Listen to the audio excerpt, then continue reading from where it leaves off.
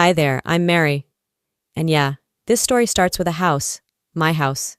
I saved for years, bought it on my own. But when my parents found out I didn't buy it for my sister, they lost it. What came next? Fake documents, a GoFundMe scam. My niece left on my porch like some emotional ransom. They even toured the house behind my back before I ever saw it, all because I said no. But the worst part? It wasn't sudden. It was planned. How do you fight back when your own family rewrites the truth? Keep watching. I'll show you how. The moment I signed the papers, I thought I'd feel nothing but pride. I stood in the kitchen of my new home, alone, surrounded by empty space and the smell of fresh paint. The keys felt heavier than I imagined.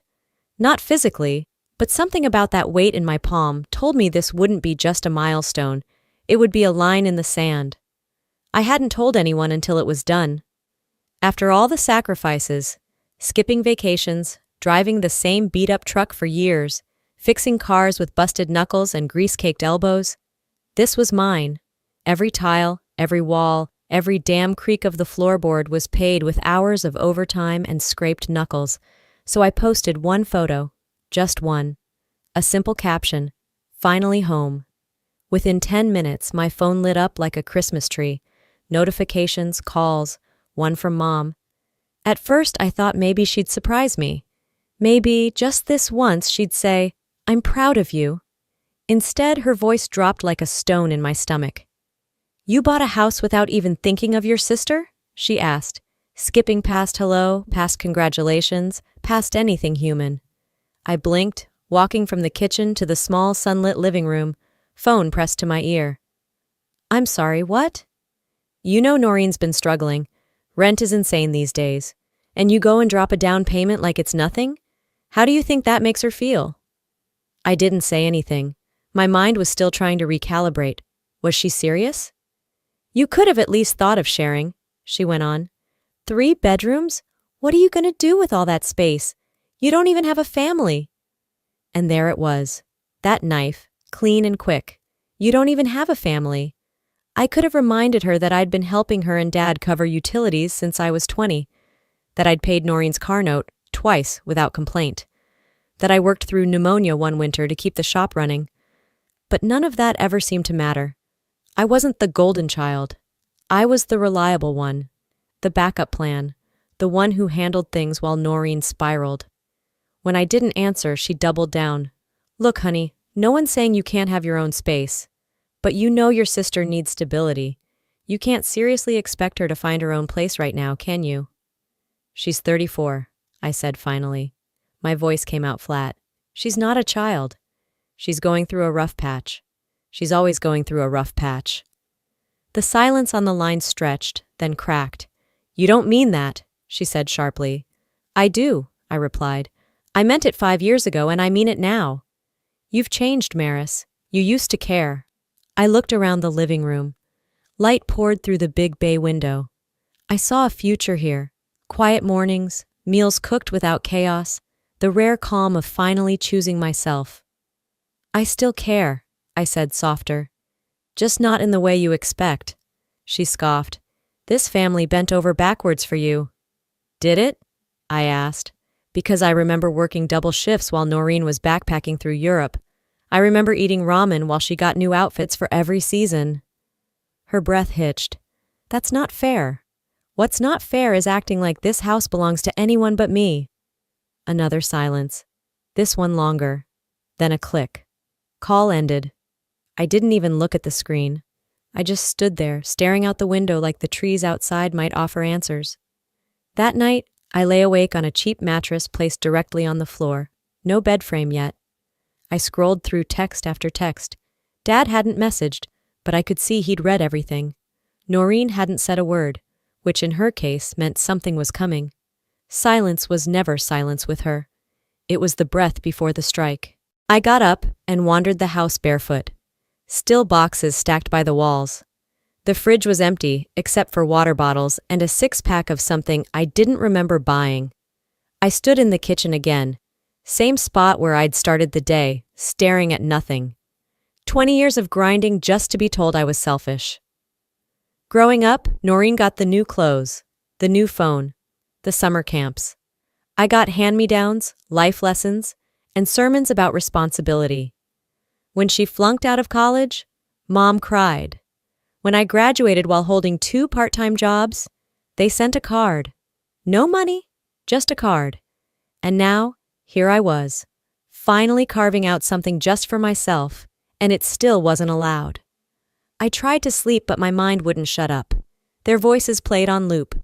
She needs help. You used to care. 3 bedrooms, for what? I clenched my jaw so tight it ached, tossed the blanket off and paced the hallway. The silence of this house should have been peaceful, but it wasn't. It was loaded, like walking through a field of landmines disguised as floorboards. I didn't respond to any more messages. I didn't pick up when the phone rang again. I just sat back down on the kitchen floor with my back against the cabinet and the keys still in my hand. For the first time since closing, I realized something. This house might be mine on paper, but the fight for it had just begun. I didn't sleep that night. I must have drifted for a minute or two, but the sun was already creeping in by the time I finally stood up and stretched out the knots in my spine. My phone had vibrated at least a dozen times while I was curled up on the kitchen floor. The screen was glowing with unread messages. I told myself not to check. Then, stupidly, I did. The first one was from Aunt Claudia. So proud of you for doing the right thing for Noreen. She really deserves this break. I stared at it, unblinking. What break? What right thing? I hadn't told Claudia anything. I hadn't told anyone, outside of that one photo, that I'd bought the house. And yet here she was, offering congratulations. Not to me, but to Noreen. The next few texts were variations on the same theme. A cousin asking when Noreen was moving in. A distant relative from Atlanta calling me generous for thinking of my sister. The last straw was from a woman I hadn't spoken to since I was 14. Your mama raised a fine girl. Family always comes first. Noreen's lucky to have you. I set the phone down like it had just bitten me. I walked to the living room window and stared out at the quiet street. Everything outside was calm, trees shaking off last night's breeze. But in my chest, something was unraveling fast. This wasn't some casual misunderstanding. This was a story, crafted, circulated, and apparently believed. And it didn't come from me. A few minutes later, the phone rang again. I should have let it go to voicemail, but I didn't. Morning? Came my father's voice, measured, calm, calculated. Did you know Mom told people I bought this place for Noreen? A pause, just long enough for him to think. People talk, Maris. She might have mentioned something, but she didn't mean harm. She told Aunt Claudia I was gifting it to her. Well, if that's what ends up happening, what's the big deal? I almost dropped the phone. It's not happening, I said, slow and sharp. I bought this house for me, with my money. My name's on every document. There's no gifting anything. You wouldn't have gotten that far if we hadn't stepped in when you needed it. And there it was. I've paid you back for that training course 5 times over. He didn't deny it, just shifted. You think we wanted to help only to be thrown aside later? We invested in you because we believed in you. And now your sister needs someone to believe in her. That's not an investment, Dad.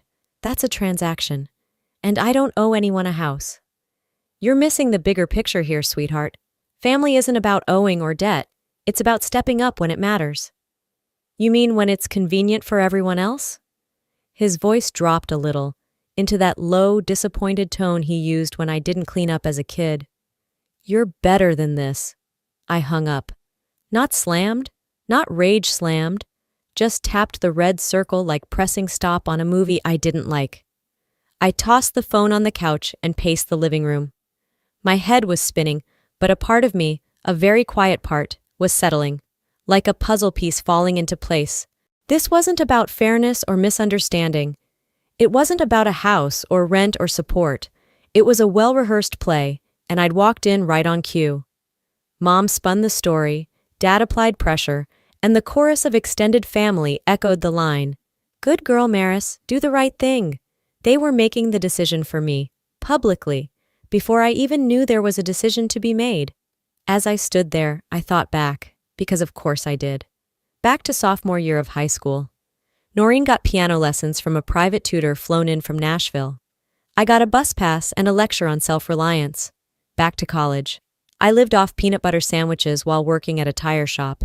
Noreen spent a semester in Paris, then dropped out 2 credits short of graduating, and now she needed help. Again. I remembered prom night. I didn't go. I was working the register at a gas station while my classmates danced. The day my college acceptance came in, I was changing brake pads under a Honda Civic. I didn't complain, not once, but they always told me I was strong, while Noreen was sensitive, vulnerable, going through a phase. Back then, I thought I was the lucky one. I told myself being the dependable daughter meant they trusted me more. Now, standing in the living room of a house I bought and was apparently about to give away, I saw it differently. I wasn't the lucky one. I was the fallback, the failsafe, the one expected to bend when things got tight. The phone buzzed again. Another message, this time from Uncle Ray. "You're doing the right thing, kiddo. Your sister really needs this." I sat down, letting the couch cushions absorb the weight I didn't know I was carrying. They already believed it. It was already done in their minds. I hadn't agreed to a damn thing, but somehow, I was already the villain if I didn't go through with it. I got up and walked to the back of the house, stepped onto the patio. The early spring air still had a bite to it, and the grass was wet with morning dew. I stood there for a moment, just breathing. No plans, no arguments, just breath. And then it clicked. They were counting on me staying quiet, on me absorbing the guilt, nodding along, handing over the keys like a good daughter. But I wasn't the backup plan anymore. I spent the next 2 days moving boxes, setting up shelves, and scrubbing every inch of the kitchen. Not because it was dirty, but because I needed the distraction. The quiet was unnerving. No more texts, no calls, no just checking in or guilt-drenched monologues. And that's what scared me. The calm wasn't natural. It was rehearsed, like everyone had paused the show, waiting for me to come crawling back to the script they'd written for me. I was supposed to crack. I was supposed to buckle under the pressure. And yet, here I was, making coffee, installing curtain rods, deciding whether I liked the color of the hallway or if it needed a second coat. I told myself maybe they'd finally accepted it. Maybe the silence meant they understood this wasn't a phase or a stunt. Maybe, just maybe, they were backing off. But then, at 11:37 p.m. on a Thursday night, my phone lit up with a message from Noreen. "I can't take this anymore. Maybe it's better if I'm just gone." Just gone. I stared at the words. No follow-up, no explanation. Just those 10 soul-piercing words. I read it twice, then a third time. My thumb hovered over the screen, unsure what to do. Was she okay? Was this a real cry for help? Or was it another performance? I knew how manipulative she could be. I'd lived through it. I'd cleaned up her messes. I'd taken the blame for things she did without hesitation. But this was something different. Or at least it looked different. I paced the living room barefoot, one hand in my hair, the other still holding the phone. The message burned a hole in my brain. I couldn't ignore it. But I couldn't trust it either. That's what made it so dangerous. I was halfway through typing a response when my phone rang. Unknown number. I almost let it go to voicemail. Almost. "Hello? Maris, this is Jessica. I'm a friend of Noreen's." Her voice cracked halfway through the sentence. "She's not answering any of us. She left the apartment an hour ago. She was crying. She said something about the river, and I don't know if she's bluffing or serious, but I'm freaking out." I closed my eyes. Of course Jessica called me. Not the police, not her mom, me. I pressed the phone harder against my ear. Where did she say she was going? She didn't. She just said, "Maybe Maris will care when I'm gone." That's the last thing she said. Then she turned off her phone. I opened my mouth but didn't speak. "She mentioned the river, Maris," Jessica repeated, voice trembling. "She's done stuff like this before, but never this bad." Done stuff like this before. Yeah, she had. When I was 17, Noreen faked a panic attack in front of our parents because she'd gotten caught sneaking out with a boyfriend. I covered for her, lied to our folks, said I was the one who let him in. She told them she was too afraid to speak and let me take the grounding. Another time, she stole $200 from our mom's purse and planted the empty envelope in my drawer. I didn't even know it was there until Mom found it and exploded. That was the day I stopped asking for allowance. I shook those memories out of my head like dust off an old coat. This wasn't just nostalgia, it was a pattern. "I'll check around," I told Jessica, keeping my voice calm. "But if you're really worried, you need to call the police." There was a pause on the other end. I just thought, maybe she'd listen to you. I ended the call and stood there, the phone heavy in my hand. I didn't want to be the one responsible for her life, again. I didn't want to walk back into the fire she set every time she wanted attention. But if something really happened, if I didn't act, I took a breath and opened my laptop, pulled up the local emergency department intake logs, something I'd learned how to do after years of dealing with her drama. Nothing under her name, no Jane Does matching her description, no reports of someone pulled from the river. So far, nothing. Still, I wasn't going to be caught off guard. I double-checked that my exterior cameras were armed and recording. I scribbled a dated note in a journal I kept hidden in the bedroom drawer, just in case this ever turned legal. If anyone came knocking, I'd have my records. I was about to shut my laptop when another notification popped up. Noreen had sent a video. Just one. The thumbnail showed her face, red and blotchy. She looked like she'd been crying, though it could have been makeup. Her eyes were wide, locked on the lens like it was a lifeline, or a trap. I finally pressed play. The moment the video loaded, her voice filled my kitchen, thin, cracking, like a porcelain plate on the verge of breaking. "I don't know how much longer I can pretend I'm okay," Noreen said, staring directly into the camera like it was her only friend left on earth. Her mascara was smudged, giving her that perfect tragic look. "Maris promised she'd help. She told me this house was for both of us, and now she's just locked me out of her life." I paused it. I never said any of that. Never. I backed it up 10 seconds, listened again. Word for word, the same lie, framed to sound like a betrayal of biblical proportions. She made it sound like I tossed her on the street and slammed the door behind her. And just beneath the video, like a cherry on top of the manipulation sundae, was a GoFundMe link. "Help me rebuild my life after being abandoned by my sister?" A few lines down. Single woman struggling with trauma, betrayed by family. No home, no safety, just trying to survive. She even called herself a single mom, which, last I checked, was new. Either she adopted someone in the past 48 hours, or she was now including her rescue dog as her dependent. I shut the laptop, but it was too late. My phone was already buzzing. Comments, DMs, tags, all boiling to the surface like oil in a forgotten frying pan. "Monster. How can you do that to your own blood? Some people don't deserve family." They weren't asking for context. They weren't checking facts. They were just picking sides, and I'd already been cast as the villain. My notifications kept pouring in, each one like a slap across the face. I scrolled down and saw someone from high school, Melissa Darnell, comment, "Karma comes fast. Always knew Maris had a mean streak." I hadn't talked to Melissa since junior prom, and suddenly she had a front row seat in my personal disaster. I wanted to scream, or maybe disappear, but I did neither. Instead, I got dressed and headed to the garage. My shop had always been my escape, just metal, grease, and tools that didn't lie. I parked out back, walked in through the service entrance, and was greeted with the warm buzz of fluorescent lights and the smell of fresh oil. It was early, and only Dante was there, wiping down the front desk. He gave me a nod. No words. He knew. "You saw it?" I asked. He nodded again. "Don't mean it's true."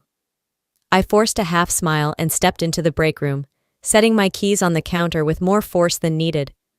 I turned on the coffee pot like that was going to fix anything. 10 minutes later, a customer came in. Middle-aged woman, maybe 55, gray sweater, pleasant face. She needed her alternator checked, simple enough. But as I handed her the clipboard, she looked up at me, hesitating. "I don't mean to pry, but..." Her voice trailed off.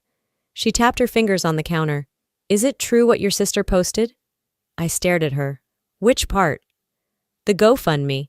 People are sharing it all over Facebook, saying you left her with nowhere to go." I took a slow breath.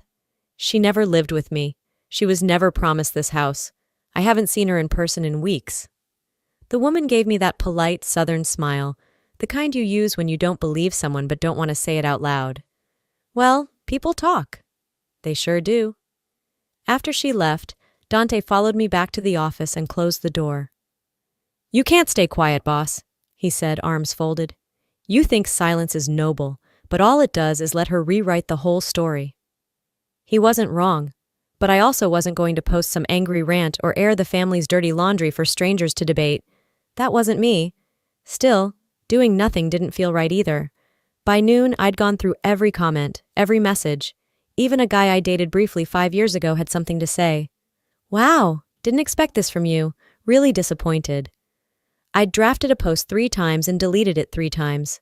Nothing felt like the right move. When the shop finally closed, I sat in my truck, engine off, just staring at my phone. I wasn't crying.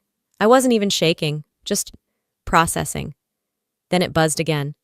A new message, this time not from some stranger. It was from my mother. "We didn't want it to go this way, but you left us no choice." I stared at it until the screen dimmed. They were just getting started. I didn't sleep that night. My eyes were open, fixed on the ceiling like it might offer answers. My phone buzzed again around 6:30 a.m., but I didn't even look at it. I wasn't in the mood for another stranger calling me heartless or selfish or cold. I finally got out of bed and shuffled into the living room, still in the old hoodie I'd worn to the shop.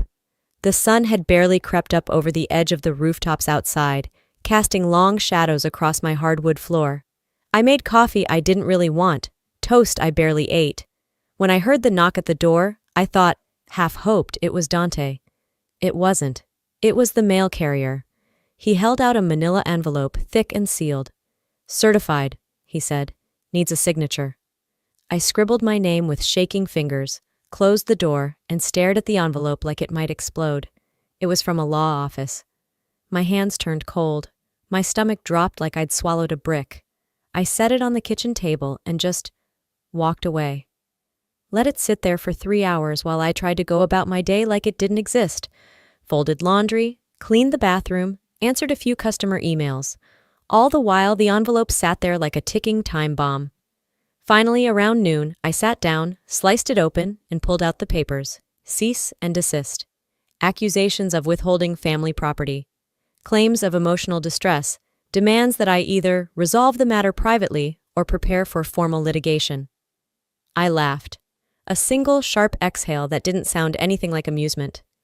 Family property? Since when was something I paid for, sweated for, bled for, considered shared? They hadn't contributed a cent, not 1 dime, but here they were, acting like my independence was theft. And the kicker? The letter referenced prior verbal assurances that I had intended to gift the home to Noreen. That was their angle.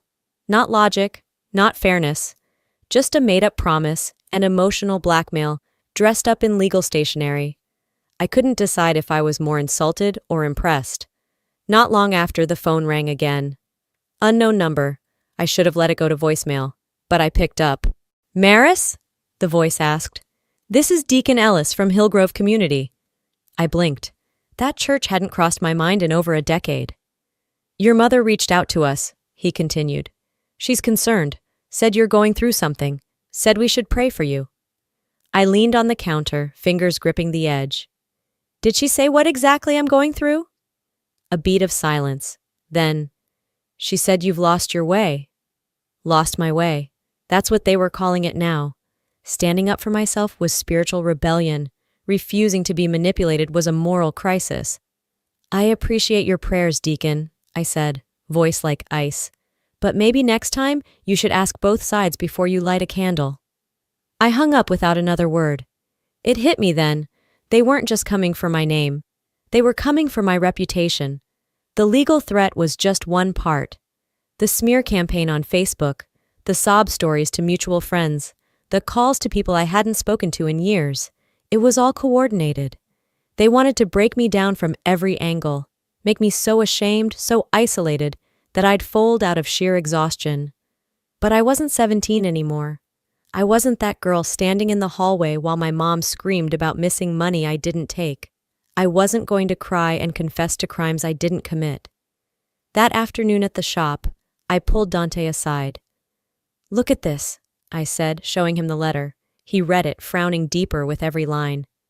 "It's garbage," he finally said. "Nothing in here's enforceable. They're just trying to scare you." I nodded. "Still, I'm getting a real lawyer." He gave me a quick nod, then leaned in. "And maybe it's time you stop playing defense." He was right. Again. I made the call before I even left work. A client of mine had once mentioned her sister-in-law was a beast in family law. Tenacious, discreet, doesn't blink even when things get ugly. Her name was Dahlia Sloan. I left a message. She called back within the hour. We talked for 10 minutes. I told her everything. She didn't gasp. She didn't pity me. She just asked questions, made notes, and said she'd review the paperwork. Before we hung up, she said, "If they keep pushing this, we'll counter. Don't delete anything. Screenshot everything." I felt like I'd finally inhaled after days of drowning. That night, I sat on the porch of my house with a glass of unsweet tea, watching the wind rattle the fence. I didn't feel like a victim anymore. Not exactly. I felt sharpened.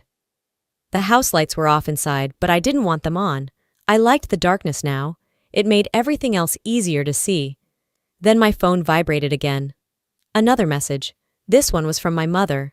"We did what we had to do. Noreen is fragile. You know this. We tried everything else. This was the only way left."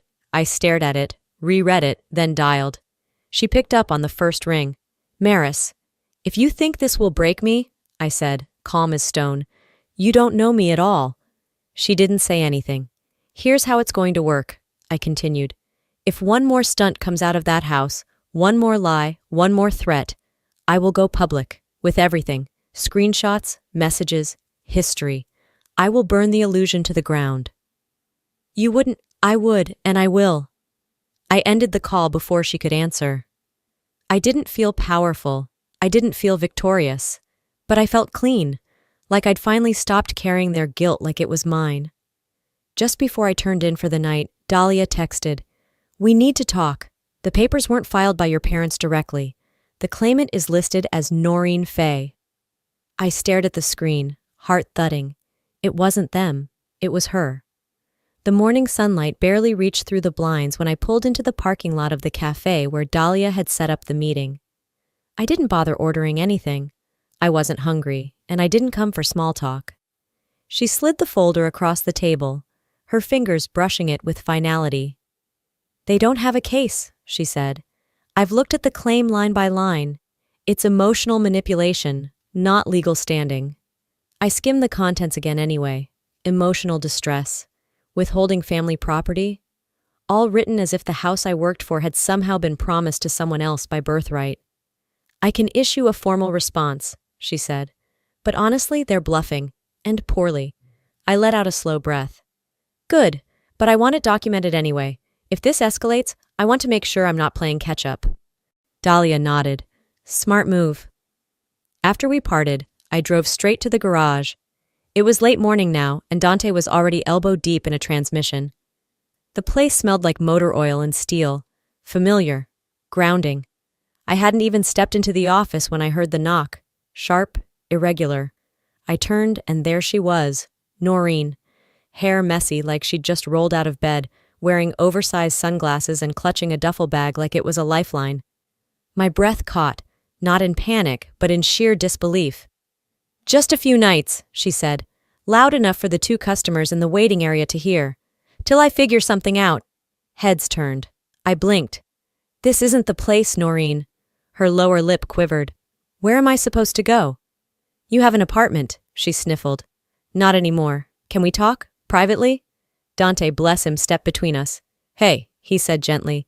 "Why don't you take a walk around the block while Maris finishes up here?" Noreen looked at him like he'd insulted her. But Dante didn't budge. He wasn't aggressive, just firm. She turned back to me. "I just need help. Isn't that what family's for?" "Family," I said evenly, "doesn't ambush people at their job." She scoffed but backed away, and Dante followed to make sure she left the premises. I sat down behind my desk, pulse still steady. That hadn't been a breakdown. It was a performance. A public plea meant to make me look heartless if I refused. A classic Noreen move. Swap private shame for public sympathy. The day blurred by. I buried myself in engine diagnostics and invoices, anything to block out the chaos. When evening came, I grabbed takeout and headed home, ready for silence. What I got instead was a scene out of a movie. On my front porch sat a child-sized stroller, a suitcase, and Liam, her toddler, asleep in a car seat, bundled in blankets. A note was taped to the handle. "I'm trusting you to do the right thing." My chest tightened, not from panic, but rage. I scooped up Liam gently and brought him inside, placing him on the couch and locking the door. Then I stepped back out and stared at the suitcase like it was radioactive. She left him here, without calling, without warning, just dumped him at my door like a stray cat. Not even a text. This wasn't about needing help. This was a hostage negotiation. I checked my security camera feed to confirm what I already knew. She'd parked down the block, walked up quickly, then walked away without looking back. No one forces motherhood onto me. Not like this. I turned the porch light off, shut the curtains, and picked up my phone. The police weren't getting called for drama, but I was filing an official incident report. I wanted it on record that this was not abandonment I'd agreed to. If she twisted the story again, I'd have proof. The dispatcher was calm. I gave them my name, the details, asked for a report number. No drama, just procedure. When I hung up, I locked every door, checked the baby monitor I'd set up using my old tablet, and sat at the kitchen counter. Then I opened a blank email draft and typed, "To whom it may concern." They'd tried pity, they'd tried shame. Now they'd tried bait. Enough. The next morning started quiet. Too quiet. The kind of quiet that didn't feel like peace. It felt like the deep breath before a punch. I was at the kitchen counter with coffee gone cold when Dahlia texted. It was a screenshot. "Tell me this isn't real." Attached was a PDF, a scanned document titled Family Investment Agreement. It looked like a contract, dated 2010, signed by my father, claiming that he had invested $18,000 into my business as a family trust extension, entitling the family to 35% of any properties acquired with profits from the shop. I nearly dropped my mug. He never gave me a cent. Not in 2010, not ever. I built my garage on blood, sweat, 2 credit cards, and a truckload of debt. I didn't even break even until 2014. And yet, there it was, complete with what looked like my old business name and a signature that could pass for mine if you squinted hard enough. Dahlia called 5 minutes later. "It's forged," she said. "No notary, no witness, sloppy copy-paste job. But it's convincing to someone who doesn't know better." Like a judge? If they push it hard enough, it could drag us into a delay. Maybe even mediation. It muddies the water. I nodded, even though she couldn't see me. Then we clear the water. I saved the file, logged the timestamp, started documenting everything. By mid-morning, my phone buzzed again, this time with Facebook notifications, dozens of them. My cousin Brandy had shared the GoFundMe. Can you believe this? Abandoning her own sister, unreal. Dozens of comments followed. She always thought she was better than the rest of us. Bet she forgot where she came from. Sad when money makes you heartless. Some defended me. Others said they were praying for my family. One even messaged me privately, saying they hoped I found healing, like I was the one who broke everything. I didn't respond, but I did drive, not aimlessly, not to cool off, to their house, the house I grew up in, now more symbol than home. I parked halfway down the block, took a breath, and walked up the driveway like I had a mission, because I did. Mom opened the door. Her eyes narrowed, but she stepped aside. Dad stood in the hallway, arms crossed like he'd been waiting to play referee. "You shouldn't be here," he said flatly. "Too bad." Mom folded her arms. "Are you happy now, making a spectacle of this?" "You forged a document," I said, holding up the printout. "You turned family into leverage. We did what we had to do. You left us no choice." "You always had a choice. You just liked the one where I stayed silent." Dad stepped forward. "We helped you when you had nothing. You wouldn't even have that garage if not for us." "Lies," I snapped. "And now you're using church gossip and fake contracts to ruin me? For what? Because I bought a house? For myself?" Mom's voice cracked. "Because Noreen needs it more. Then she should get a job." Silence. I turned to the door. "This ends today." If you or Noreen come near my property again, you'll hear from my attorney. No more messages, no more games. And if you think for a second I'm afraid of your threats, try me. Back at the garage, I made a decision. I posted screenshots of every fake message. The GoFundMe story, the contract, my own paper trail. Here's the truth, since they won't tell it. It spread fast. By late afternoon, support flooded in. People I hadn't heard from in years messaged me saying, "We see you now, we didn't know, we're sorry." Some of the hate turned into silence, some into apologies, and then, at closing, my phone rang again. Voicemail. It was her. "You think this is over? We're just getting started."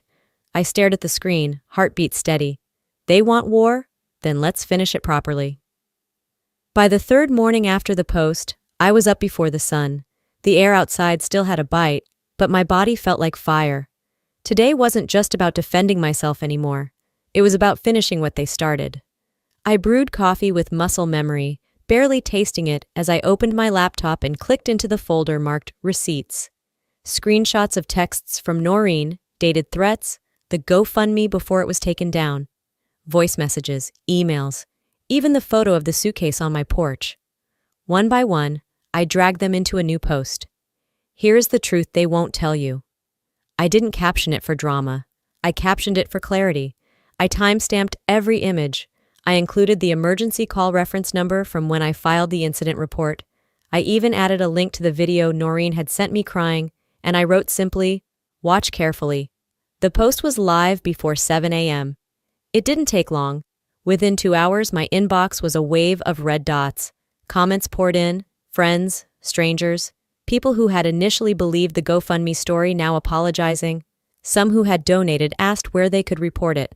The fundraiser collapsed by noon. GoFundMe removed the page, citing misleading content. I didn't feel joy. I felt cold relief. After lunch, I had a legal appointment at the courthouse downtown. Dahlia met me outside, holding a manila envelope and a look that said, "You were right." Inside were printed responses from opposing counsel. Still nothing official, no court filing. Just more threats masked as negotiations. We reviewed strategy over cheap coffee in the law library, going over timelines and possible restraining orders. As we were finishing up, someone called my name. "Maris?" I turned to see a man in a navy blazer. I didn't recognize him immediately. "Eric Phelps," he offered, extending a hand. "Real estate agent. I showed a house to your folks and sister a few months back, out in the West End, brick ranch style." My mouth dried. "You mean this house?" He blinked. "Yeah, I think so. She said you were the buyer they had lined up, that the family was helping her move in soon. I only realized later when I saw your name on the deed." I nodded slowly. So they'd planned this. Long before I even toured the house myself, they'd walked through it like they already owned it. Like it was a done deal, a foregone conclusion. They never saw me as separate from their needs. I wasn't a person. I was a piece of the plan. Dahlia looked over and said softly, "That changes everything." Back outside, the sky was cloudless and sharp blue. I sat on the courthouse steps for a long while, letting the wind hit my skin. I wasn't angry anymore. Not really. I was finished. Done trying to earn their respect. Done playing the good daughter. Done hoping they'd ever see me outside of the box they stuffed me into. By late afternoon, I was home. I pulled into my driveway just as the sky turned gold at the edges. There was a kind of stillness that didn't feel empty anymore. It felt earned. My phone buzzed in the cup holder. Voicemail. It was Dad. "We did what we had to do. We still expect you to come to Sunday dinner." I didn't answer his call. I just walked inside, my house, my rules. 1 week passed. The chaos settled not with a bang, but with an echo. I wasn't checking my phone every 5 minutes anymore. I wasn't refreshing Facebook to see if someone else had posted something new, something cruel. I let it all slow down, finally. The air around me was still, like Knoxville had taken one deep collective breath and held it. The post I shared? It was still out there. Not viral anymore, but it had done its job. People weren't debating my sanity in comment threads now. They were sharing their own stories. Siblings who stole inheritances. Parents who played favorites. Women like me, middle-aged and exhausted, trying to set boundaries that never seemed to stick. I received a message from a woman in Ohio. "You don't know me, but I read your story. I left my family 3 years ago and never looked back. You're not alone." Another came from a young guy who said, "I wish my mom had protected herself the way you are. Thank you for showing me what strength looks like." I didn't respond to most of them. I just read, sat with them, let the kindness settle in, like sun warming through a window. Midweek, Dahlia called. "Noreen's lawyer just filed a motion to drop the claim," she said. "It's over, Maris. No more case, no more threats." I was sitting at my kitchen counter with a mug of peppermint tea when she said it. I didn't cheer, I didn't cry, I just said, "Okay." It was the kind of okay that wasn't meant to comfort. It was closure. Clean. Simple. Later that day, Dante stopped by my office at the garage. He leaned against the doorframe, arms folded, his expression unreadable. "You hear about Noreen?" I shook my head. "She applied to the new position over at Ormond's." "Didn't get it. Word around town is, her name doesn't carry the same sympathy it used to." I didn't comment. I didn't have to. Let people believe what they needed to believe. Another mechanic, Alicia, mentioned someone from the old church asked about me. Curious, quiet, tentative. I imagined their potlucks and whispered prayers, their attempts to reframe the mess into something manageable. "We hope her heart softens," they'd probably say.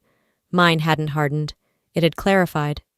That evening, I opened the windows and began repainting the smallest bedroom in the house.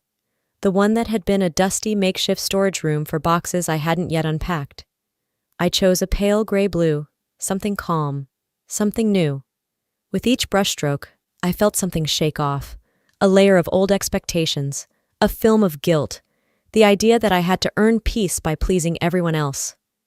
By the time I rinsed out the brushes and packed away the tarp, the sun had dipped low, casting golden ribbons across the hallway floor.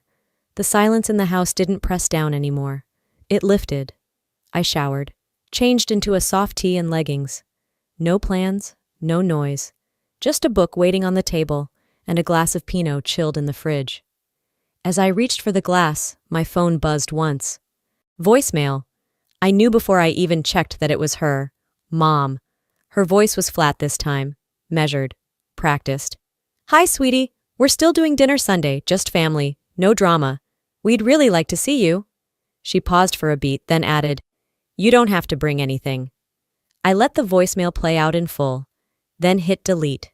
No more messages. No more soft hooks meant to reel me back in with nostalgia and obligation. I placed the phone face down on the counter and stepped out onto the front porch. The wind was light. The evening air smelled like honeysuckle and cut grass. Somewhere in the neighborhood, a dog barked once and then went quiet. I sat on the swing, legs tucked under me, and looked out at the street. No one parked across the road. No strange shadows on the security feed. No suitcases left on my porch. Just stillness. My stillness. I didn't need their apology. I didn't need them to understand. I didn't even need justice, not really. What I needed was space, and I gave that to myself. You know, for the longest time, I believed setting boundaries made me a bad daughter. But here's what I've learned. Protecting your peace isn't selfish. It's survival. There's nothing noble about letting yourself be consumed by guilt or manipulated by the people who claim to love you. Love doesn't come with contracts. It doesn't twist your story or weaponize your silence. And if this journey taught me anything, it's that healing sometimes means walking away, even from the ones who raised you. So let me ask you, have you ever felt like the backup plan in your own family? Like your needs were always negotiable, but theirs were law? Tell me below. Share your story, your city, or just drop A if this hit home. If this video moved you, even a little, comment 1, so I know you're out there. And if it didn't, tell me why. I'm here for all of it, the real stuff. And hey, if you want to hear more stories like this, ones that dig deep and speak truth, tap subscribe. This channel's not just for content, it's for connection. I made peace with the silence. Maybe you're ready to do the same. Thanks for watching. I see you. I hear you. You're not alone.